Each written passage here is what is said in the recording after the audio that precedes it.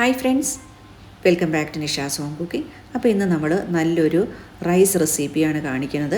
നമുക്ക് ലഞ്ചിനോ അതുപോലെ ഡിന്നറിനോ കഴിക്കാൻ പറ്റുന്ന രീതിയിലുള്ളൊരു പ്രിപ്പറേഷനാണ്. ഇതിന് വേണ്ടിയിട്ട് ഞാനിവിടെ 1/2 കിലോ ബസ്മതി റൈസ് എടുത്തിട്ടുണ്ട്. കപ്പിൽ അളക്കുവാണെങ്കിൽ ഏകദേശം 2.5 കപ്പോളം അരി ഉണ്ടായിരുന്നു. ഇനി നമുക്ക് ഈ അരി നല്ലപോലെ ഒന്ന് കഴുകിയെടുക്കണം. കഴുകുമ്പോൾ ഒത്തിരി ഇങ്ങനെ പ്രസ് ചെയ്ത് കഴുകരുത്, വളരെ സോഫ്റ്റായിട്ട് കഴുകി ഒരു 3-4 പ്രാവശ്യം കഴുകിയതിന് ശേഷം വെള്ളം തെളിയുമ്പോഴത്തേക്ക് നമുക്കതിനെ ഒന്ന് 15-20 മിനിറ്റ് അല്ലെങ്കിൽ അരമണിക്കൂർ നേരം ഒന്ന് കുതിർത്താൻ വെക്കണം. ഈ സമയത്ത് നമുക്കതിന് വേണ്ടിയിട്ടുള്ള ബാക്കി സാധനങ്ങളൊക്കെ എടുക്കാം. മീഡിയം സൈസിലെ 3 സവോള തിന്നായിട്ട് അരിഞ്ഞെടുക്കാം. അതിനുശേഷം ചൂട് കട്ടിയുള്ള ഒരു പാത്രം അടുപ്പത്തോട്ട് വെച്ചിട്ട് അതിനകത്തോട്ട് 2 ടേബിൾ സ്പൂൺ നെയ്യും 2 ടേബിൾ സ്പൂൺ ഓയിലും ഒഴിച്ചു കൊടുക്കാം. ഇനി ഓയിൽ മാത്രം വേണ്ടവർക്ക് അങ്ങനെയും ചെയ്യാം, അല്ല നെയ്യ് മാത്രം വേണ്ടവർക്ക് അങ്ങനെയും ചെയ്യാം. പിന്നെ നമ്മൾ അരിഞ്ഞു വെച്ചിരിക്കുന്ന സവോള അതിനകത്തോട്ട് ചേർത്ത് കൊടുക്കുകയാണ്. പിന്നെ നമുക്കിതിനോട് വേണ്ട 1/2 ടീസ്പൂൺ ഉപ്പും കൂടി ചേർത്ത് കൊടുക്കുന്നുണ്ട്.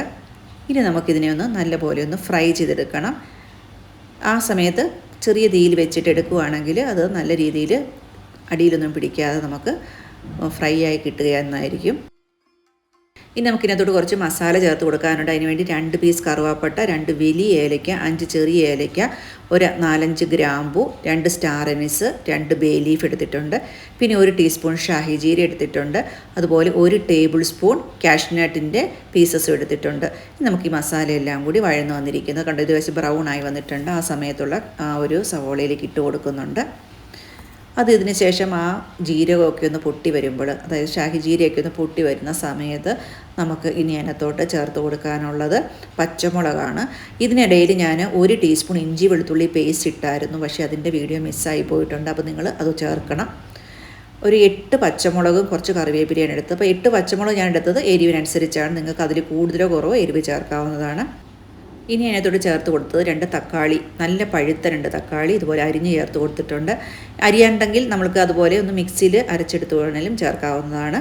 ഇനി ഇത് രണ്ടും കൂടി ഒന്ന് നല്ലപോലെ വഴന്ന തക്കാളിയൊക്കെ സോഫ്റ്റ് ആകാൻ വേണ്ടി നമുക്ക് 2 മിനിറ്റ് നേരം ഒന്ന് അടച്ചു വെക്കാം.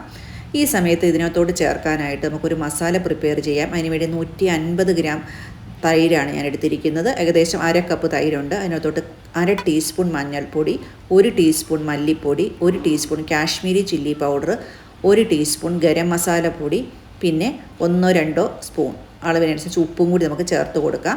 കൂടി പോകാതിരിക്കാം, അതുകൊണ്ട് ഇപ്പോൾ കുറച്ചിടാം, പിന്നെ വേണമെങ്കിൽ ചേർത്ത് കൊടുത്താൽ മതിയല്ലോ. അപ്പോൾ ഇത് നല്ലപോലെ ഒന്ന് മിക്സ് ചെയ്ത് എടുത്ത് വെക്കാം. ഇപ്പോൾ നമ്മൾ തുറന്ന് നോക്കുമ്പോഴത്തേക്ക് നമ്മുടെ തക്കാളി ഒക്കെ ഏകദേശം വഴന്ന് എണ്ണയൊക്കെ നല്ലപോലെ തെളിഞ്ഞ് വന്നിട്ടുണ്ട്. കണ്ടോ, ഈ രീതിയിൽ നല്ലപോലെ എല്ലാം മിക്സായി വന്നിട്ടുണ്ട്. അതപ്പം നമ്മൾ ഇതിനകത്തോട്ട് ചേർത്ത് കൊടുക്കുന്നത് വലിയൊരു പൊട്ടറ്റോ, ഉരുളക്കിഴങ്ങ് ഇതുപോലെ അരിഞ്ഞാണ് ചേർത്ത് കൊടുക്കുന്നത്. പിന്നെ നമുക്കിതിനകത്തോട്ട് ചേർക്കേണ്ടത് ഗ്രീൻ പീസാണ്. ഞാനൊരു 1/2 കപ്പ് ഗ്രീൻ പീസ്, ഇത് ഫ്രോസൺ ഗ്രീൻ പീസാണ് എടുത്തിരിക്കുന്നത്. അപ്പോൾ ഇത് അല്ലാതെ പച്ചയ്ക്ക് ഉള്ള ഗ്രീൻ പീസ് ഉണ്ടെങ്കിൽ അതും വേണേൽ ചേർക്കാവുന്നതാണ്. അപ്പോൾ ഇനി ഇപ്പോൾ ഈ ഉരുളക്കിഴങ്ങും ഗ്രീൻ പീസും കൂടി വേകാനായിട്ട് കുറച്ച് സമയം എടുക്കും. കുറച്ച് ഉപ്പും കൂടി വേണേൽ ചേർത്ത് കൊടുക്കാം. ഇനി ചിലർക്ക് വേണമെങ്കിൽ ഈ സമയത്ത് വെള്ളം ചേർക്കണമെന്നുണ്ടെങ്കിൽ അങ്ങനെ വെള്ളവും കൂടി ചേർത്ത് ഒരു 2-3 ടേബിൾ സ്പൂൺ വെള്ളം ചേർത്ത് വേണമെങ്കിൽ വേവിക്കാം. ഇപ്പോൾ നമ്മൾ ഉരുളക്കിഴങ്ങും ഗ്രീൻ പീസൊക്കെ വെച്ചിട്ട് ഏകദേശം ഒരു 5 മിനിറ്റ് ആയിരുന്നു. ആ സമയത്ത് തുറന്നിട്ട് നമ്മൾ ആ മസാല ഉണ്ടല്ലോ, തയ്യാറാക്കി വെച്ചിരിക്കുന്ന മസാലയും കൂടി അതിനകത്തോട്ട് മിക്സ് ചെയ്ത് കൊടുക്കാം. ഇനി ഇത് നല്ലപോലെ ഒന്ന് മിക്സ് ചെയ്ത് ഇളക്കിയതിന് ശേഷം അതിനെ ഒന്നും കൂടി ഇതെല്ലാം എണ്ണയൊക്കെ തെളിയാനായിട്ട് ആ മസാലയുടെ പച്ചപ്പൊക്കെ പോകുവാനായിട്ട് നമുക്ക് 1-2 മിനിറ്റ് നേരം കൂടി ഒന്ന് അടച്ച് വെച്ച് വേവിക്കണം. ഇപ്പോൾ ഇതിനെ തുറന്ന് നോക്കിക്കഴിഞ്ഞപ്പോഴത്തേക്കും ഏകദേശം അതിൻ്റെ എണ്ണയൊക്കെ തെളിഞ്ഞ് വന്നിട്ടുണ്ട്. ഇനി നമ്മൾ നേരത്തെ കുതിർത്താൻ വെച്ചിരിക്കുന്ന അരി മാത്രമായിട്ട് വെള്ളം മാറ്റിയിട്ട് അരി മാത്രമായിട്ട് നമുക്ക് ഇതിനകത്തോട്ട് ചേർത്ത് കൊടുക്കണം. ഇനി നമുക്ക് അരി ചേർത്തതിന് ശേഷം ഈ മസാലയ്ക്കകത്ത് ഈ അരി നല്ലപോലെ ഒന്ന് മിക്സ് ചെയ്ത് ഒരു മിനിറ്റ് നേരമൊക്കെ ഒന്ന് നല്ലപോലെ ഒന്ന് മിക്സ് ചെയ്ത് അതിന് ആ എണ്ണയ്ക്കകത്തൊക്കെ നല്ലപോലെ ഒന്ന് മൂപ്പിച്ചെടുത്തിട്ട് വേണം നമുക്ക് ഇതിനകത്തോട്ട് വെള്ളം ഒഴിച്ചു കൊടുക്കാനായിട്ട്. അപ്പോൾ അതിനകത്ത് നല്ലപോലെ ഒന്ന് മിക്സ് ചെയ്ത് ഒന്ന് ഇളക്കി ആ ഒരു മസാലയൊക്കെ നല്ലപോലെ യോജിച്ച് വരുന്നവരെ ഒന്ന് ഇളക്കി കൊടുക്കാം. ഇനി നമുക്ക് അതിനകത്തോട്ട് ചേർത്ത് കൊടുക്കേണ്ടത് മല്ലിയിലയാണ്. ഇതിപ്പോൾ ഏകദേശം 1 കപ്പ് മല്ലിയില വളരെ ചെറുതായിട്ട് അരിഞ്ഞതാണ്. അതോടൊപ്പം തന്നെ ഒരു 10-12 പുതിനയുടെ ഇലയും കൂടി ചേർത്ത് കൊടുക്കുന്നുണ്ട്. ഇനി ഇതും കൂടി മിക്സ് ചെയ്തിട്ട് നമുക്ക് ഇനി അടുത്തതായിട്ട് ഇതിനകത്തോട്ട് ആവശ്യത്തിന് വെള്ളം ചേർത്ത് കൊടുക്കാം. അപ്പോൾ ഞാൻ നേരത്തെ പറഞ്ഞല്ലോ ഇത് മെഷർ ചെയ്തപ്പോൾ ഏകദേശം 2.5 കപ്പ് അരിയാണ് ഉണ്ടായിരുന്നത്. അപ്പോൾ നമുക്ക് ഇതിനകത്ത് 5 കപ്പ് വെള്ളം ചേർത്ത് കൊടുക്കാം. കാരണം നമ്മൾ കുക്കറിലല്ലല്ലോ വേവിക്കുന്നത്, ഇതുപോലെ സാധാരണ ഇങ്ങനെ ഈ ഒരു പാത്രത്തിൽ വേവിക്കുന്നത് കൊണ്ട് വെള്ളത്തിൻ്റെ അളവ് കൂടുതലുണ്ടാകണം. അപ്പോൾ അതുകൊണ്ട് ഞാൻ 5 കപ്പ് വെള്ളം, അതായത് നമ്മൾ എടുക്കുന്ന അരിയുടെ ഡബിൾ ക്വാണ്ടിറ്റി, ഏത് കപ്പിലാണ് എടുക്കുന്നത് ആ കപ്പിൻ്റെ ഡബിൾ അളവിൽ വേണം വെള്ളം ചേർക്കുവാനായിട്ട്. അപ്പോൾ വെള്ളം കൂടി വെച്ചിട്ട് ഇപ്പോൾ ഈ സമയത്ത് നമ്മൾ ചെറു ചൂടുവെള്ളമാണ് ഒഴിച്ചു കൊടുത്തത്. അതിനുശേഷം ഇത് നല്ലപോലെ ഇളക്കി മിക്സ് ചെയ്ത് തീ തിളച്ച് വരുന്നവരെ നമുക്ക് തീ നല്ലപോലെ കൂട്ടി വെക്കാം. തിളച്ചതിന് ശേഷം തീ കുറച്ച് മിനിമത്തിലാക്കിയിട്ട് ഒരു 10-15 മിനിറ്റ് ഇരിക്കുമ്പോൾ തന്നെ നമ്മുടെ റൈസ് റെഡിയായിട്ട് വന്നിട്ടുണ്ടാകും. ഞാനിപ്പോൾ തുറന്ന് നോക്കി, അത് കഴിഞ്ഞ് നമ്മൾ റൈസ് ചെക്ക് ചെയ്തപ്പോഴത്തേക്കും അരിയൊക്കെ വെന്തിട്ടുണ്ട്. പിന്നെ കുറച്ച് വെള്ളത്തിൻ്റെ ഒരു അളവുണ്ട് അതിനകത്ത്, അതായത് കുറച്ച് നനവുണ്ട്. അത് നമുക്കിതിന് ഇരുന്ന് തന്നെ അത് തന്നെത്താനത് റെഡി ആയിക്കോളും. അപ്പോൾ ആ സമയത്ത് നമുക്ക് ഇനി തീയൊക്കെ ഓഫ് ചെയ്യാം. അങ്ങനെ വെച്ചിട്ട് നമുക്ക് അടച്ച് വെച്ച് കുറച്ച് നേരം കഴിഞ്ഞിട്ട് വേണം ഇത് എടുക്കാനായിട്ട്.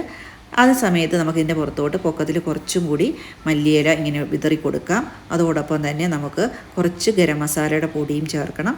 പിന്നെ നമുക്ക് കുറച്ച് നെയ്യ്, 1 ടേബിൾ സ്പൂൺ നെയ്യും കൂടി ചേർത്ത് നമ്മളിങ്ങനെ അടച്ച് വെക്കുക. തീ ഓഫ് ചെയ്തിട്ട് കേട്ടോ, തീ ഇല്ലാതെ വേണം. ആ അടുപ്പത്ത് തന്നെ ഇരുന്നാൽ മതി, അടുപ്പിൻ്റെ ഒരു ചൂടുണ്ടാവുമല്ലോ. അങ്ങനെ തന്നെ വെച്ചിട്ട് നമുക്ക് കുറച്ച് നേരം കൂടി അടച്ച് വെക്കാം. ഒരു 10 മിനിറ്റും കൂടി അങ്ങനെ തന്നെ ഇരിക്കട്ടെ. അങ്ങനെ 10 മിനിറ്റ് കഴിഞ്ഞ് തുറന്ന് നോക്കുമ്പോഴത്തേക്കും വെള്ളം മൊത്തം അബ്സോർവ് ആയിട്ടുണ്ട്. ഇനി ഒരു തരി പോലും വെള്ളം ഉണ്ടാകത്തില്ല. അതുപോലെ തന്നെ ചോറ് ഒന്നിനൊന്ന് വിട്ടുമായിരിക്കും വരുന്നത്. പിന്നെ ഒരു കാര്യം ഞാൻ വിട്ടുപോയി പറയാനായിട്ട്, നമ്മൾ വെള്ളം ഒഴിച്ചപ്പോഴത്തേക്കും അതോടൊപ്പം കുറച്ച് നാരങ്ങയുടെ നീരും കൂടി ഒഴിച്ചിട്ടുണ്ടായിരുന്നു കേട്ടോ. അത് മറന്നുപോയിട്ടുണ്ട് പറയാനായിട്ട്. അപ്പോൾ നിങ്ങളത് ശ്രദ്ധിക്കണം, ഓർത്തിട്ട് നാരങ്ങയുടെ നീരും കൂടി ചേർക്കണം കേട്ടോ. അപ്പം അതേ കൊണ്ടോ റൈസ് ഒന്നിനൊന്ന് വിട്ടാണ് വരുന്നത്. പിന്നെ ഇതുണ്ടല്ലോ നല്ല മസാല ഫ്ലേവറായിട്ടുള്ള ഒരു റൈസാണ് കിട്ടുന്നത്. നമുക്കിത് ഒരു കറി ഇല്ലെങ്കിലും ഒരു അച്ചാറോ അതിൻ്റെ കൂടെ ഒരു കുറച്ച് സാലഡ് മാത്രം ഉണ്ടെങ്കിൽ തന്നെ ഇത് കഴിക്കാൻ പറ്റും.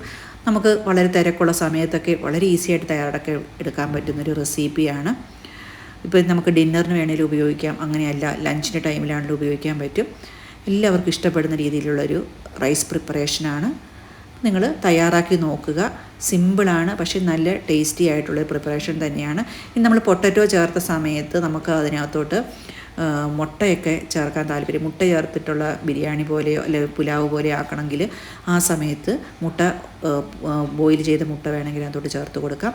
അങ്ങനെ ചെയ്യുകയാണെങ്കിൽ മുട്ട പുലാവുമായിട്ട് വരും. അങ്ങനെയല്ല ചിക്കൻ പീസസ് ചേർക്കാൻ താല്പര്യമുള്ളവരാണെങ്കിൽ ചെറിയതായിട്ടുള്ള ചിക്കൻ പീസുകൾ ഇട്ടിട്ട് നമുക്ക് അതിനകത്തോട്ട് ചേർത്ത് കൊടുക്കാവുന്നതാണ്. പിന്നെ നമ്മൾ ഇതുപോലത്തെ റൈസ് പ്രിപ്പറേഷനൊക്കെ ചെയ്യുമ്പോൾ ഏറ്റവും ഇമ്പോർട്ടൻ്റ് ആയിട്ടൊരു കാര്യം, നല്ല റൈസ്, നല്ല ക്വാളിറ്റിയുള്ള കമ്പനികളുടെ റൈസ് നോക്കി വാങ്ങണം. അങ്ങനെയാണെങ്കിൽ അത് നല്ല രീതിയിൽ നമ്മൾ പ്രിപ്പയർ ചെയ്യുമ്പോൾ ടേസ്റ്റും ഉണ്ടായിരിക്കും. അതുപോലെ പൊടിഞ്ഞൊന്നും പോകത്തുമില്ല. നല്ല വിട്ട് നല്ലപോലെ ഹോട്ടലിൽ നിന്ന് റെസ്റ്റോറൻറ്റിൽ നിന്ന് കിട്ടുന്ന പോലെ നമുക്ക് ഉണ്ടാക്കിയെടുക്കാൻ പറ്റും. അപ്പോൾ നിങ്ങൾക്ക് വീഡിയോ ഇഷ്ടപ്പെട്ടു എന്നുണ്ടെങ്കിൽ നിങ്ങൾ വീഡിയോ ലൈക്ക് ചെയ്യുകയും ഷെയർ ചെയ്യുകയും ചെയ്യുക. അതുപോലെ നിങ്ങളുടെ കമൻസുകളൊക്കെ കമൻറ്റ് ബോക്സിൽ അറിയിക്കുക. Thank you for watching. പുതിയൊരു വീഡിയോ ആയിട്ട് വരുന്നത് വരെ എല്ലാവർക്കും ബൈ.